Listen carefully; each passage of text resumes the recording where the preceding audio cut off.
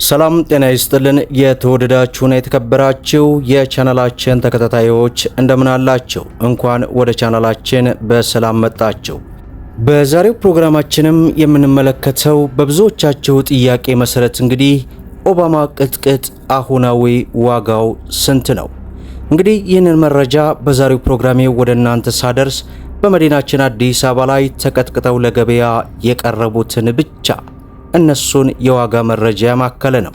ነገር ግን ኦባማ የህዝብ መኪና ከቤቱ ለማሰራት ምን ያክል ብር ይፈጃል የሚለውን ኦባማ አይሱዚ የጭነት አሁናዊ የዋጋ መረጃን በዚህ ሳምንት በትልቁ ቻናል ላይ እሰራለሁ። ከዚያ በኋላ የማደርሳችሁ ይሆናል። ነገር ግን ኦባማ ቅጥቅጥ የህዝብ መኪና ተቀጥቅጠው ለገበያ የቀረቡበት ዋጋ በ2029 ወንበር ረጅም በረጅም እንዲሁም አጭር በረጅም በተጨማሪም ደግሞ የፉቶን ቅጥቅጥም አሁናዊ ዋጋውን በዚህ ቪዲዮ አካትቼ ወደ እናንተ ይዤላችሁ ቀርቤያለሁ።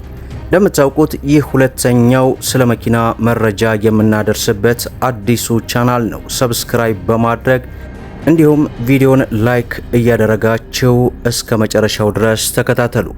እንግዲህ ክቡራን ተመልካቾቼ ብዙዎቻችሁ በኮመንት እየጻፋችሁልኝ ነበረ የኦባማ ቅጥቅጥን መረጃ ባክህ ስራልን እያላችሁ። እኔም የዘገየሁት እንግዲህ በዚህ ብቻ ሳይሆን በትልቁ ቻናል ላይ ጥሌቲዩብ በሚለው ከ75000 በላይ ካለው ማለት ነው የኦባማ አይሱዚን መረጃ ስለዘገየው በዛ ምክንያት ነው።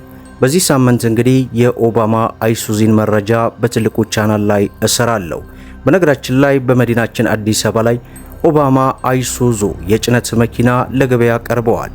ዋጋቸው ግን እጅግ በጣም የተጋነነ ስለሆነ ያንን መረጃ ላለማቅረብ ብዬ እንጂ የእናንተን ጥያቄ ችላ በማለት አይደለም። ይህንን ልታውቁልኝ ይገባል።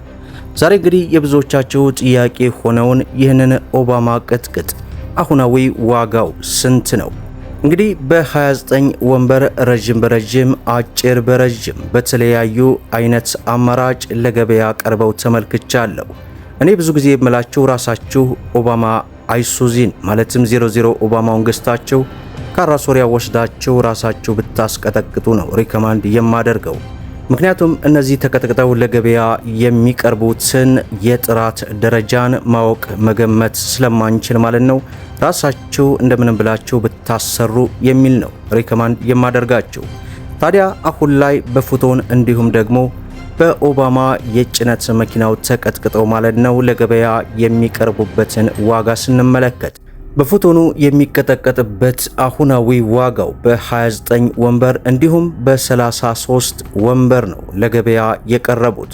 ፉቶን እንደምታውቁት ዋጋው እጅግ በጣም አነስተኛ ነው። የጥራት ደረጃውም የመኪናው ማለት ነው በዚያው ልክ እንግዲህ ይታሰብበታል ማለት ነው። ዞሮ ዞሮ አሁን ላይ ከአነስተኛ ከ6 ሚሊዮን 900 ሺህ ብር ጀምሮ እስከ 7 ሚሊዮን 900 ሺህ ብርም የሚጠራበት ቦታ አለ ማለት ነው።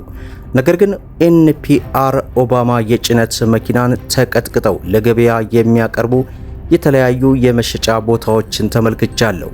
እነሱን በአሁን ሰዓት እንግዲህ እየተሸጠ ወይንም እየተጠራ ያለበትን የዋጋ መረጃ ስንመለከት ከቦታ ቦታ ልዩነት ቢኖራቸውም ከ8 ሚሊዮን 900 ሺህ ብር እስከ 9 ሚሊዮን አካባቢ ለገበያ መቅረባቸውን ተመልክተናል ማለት ነው። ይህ መረጃ እንግዲህ እስከ ሰራሁበት ሰዓት ዛሬ ግንቦት 4 ቀን 2018 አሁናዊ የዋጋ መረጃው ይህንን ይመስላል ማለት ነው። መግቢያ ላይ እንዳያችሁት እንግዲህ የነገርኳችሁ ራሳቸው ኦባማ አይሱዙን ገዝታቸው ካራሶሪያ ማሰሪያ ቦታዎች እጅግ በርከት ያሉ አሉ። ነገር ግን በአጭር ቪዲዮ የሰራሁት አለ ከሰሞኑ ብዙዎች እጅግ በጣም አስተያየት ይሰጡበት። ያም እንግዲህ የአዳ ካራሶሪያ እጅግ በጣም ተመራጭ ነው።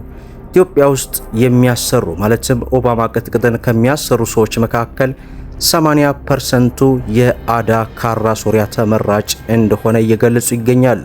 በእርግጥ ብዙ አሉ እንደ ማሩ፣ ኤርሚያስ፣ ዘካሪያስ ብዙ አሉ። ነገር ግን የአዳ ካራሶሪያ ብዙዎች ወደውታል።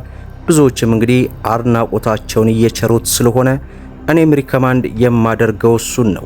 በነገራችን ላይ በርካታ መኪኖችን ማለትም ኦባማ ቅጥቅጥን ለገበያ ስናቀርብ ገዢዎች የሚጠይቁት አንድ ነገር አለ። ቅጥቅጡ የት ነው የተሰራው? በተደጋጋሚ እንጠየቅ ነበረ። ያም እንግዲህ አዳ ነው ስንላቸው ወዲያው የመግዛት ፕሮባቢሊቲ አላቸው።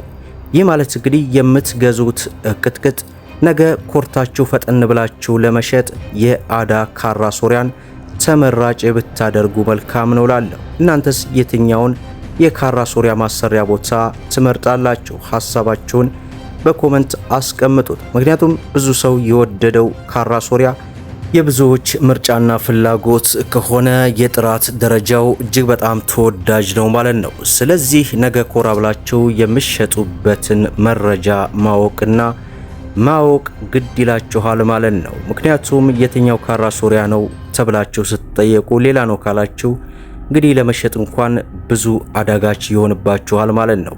ዛሬ እንግዲህ ብዙዎቻችሁ ጥያቄ የሆነውን ይህንን ኦባማ ቅጥቅጥ አሁናዊ ዋጋ መረጃቸውን ወደ እናንተ ይዘንላችሁ ቀርበናል።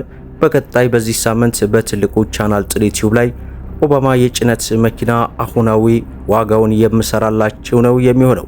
ሁላችሁም እንግዲህ ቪዲዮን ላይክ ሽር እያደረጋችሁ ስለ መኪና ለማወቅና መኪናን በተመጣጣኝ ዋጋ ለመግዛት ሰብስክራይብ በማድረግ እንዲሁም በየዕለቱ የሚለቀው መረጃም እንዲደርሳችሁ የኖቲፊኬሽን ማብራታችሁን እንዳትዘነጉ እያልኩ ለዛሬ ያስኩላችሁ አጠር ያለ መረጃ ይህን ይመስላል ማለት ነው። እስከ ፍጻሜው ድረስ አብራችሁ ስለቆያችሁ ልባዊ ምስጋናችን እየሰጠን በሌላ ቪዲዮ እስከምንገናኝ ወሰላሙ አለይኩም ወራህመቱላህ። የኤሌክትሪክ መኪና ያላችሁ ከፍተኛ ጥንቃቄ ማድረግ ያለባችሁ ነገር ልንገራችሁ። በቅርቡ እጅግ በርካታ ቢያንስ ከ10 መኪኖች በላይ እኛ ባልጠበቅነው ነገር እየተበላሹ ይገኛሉ። ይህም ምንድነው? ወደ ላይ ቢያጆ ስትሄዱ ራሳችሁ እዛችሁ ቆማችሁ አሳጥቡ፣ ወይንም ደግሞ ኤሌክትሪክ መስመር ያለበት ቦታ ላይ ሙሉ በሙሉ እንዲሸፈን አድርጉ። የተወሰነ ውሃ በገባ ቁጥር የሚፈጠረውን የኤሌክትሪክ መበላሸት ሁላችሁም የምታውቁት ነገር ነው። ስለዚህ አብዛኛው ኤሌክትሪክ ተሽከርካሪ አሁን ላይ መጠንቀቅ ያለበት ወደ ላይ ቢያጆ ስታስገቡና ላይ ቢያጆ ስታሳጥቡ ከፍተኛ ጥንቃቄ ማድረግ ይኖርባችኋል።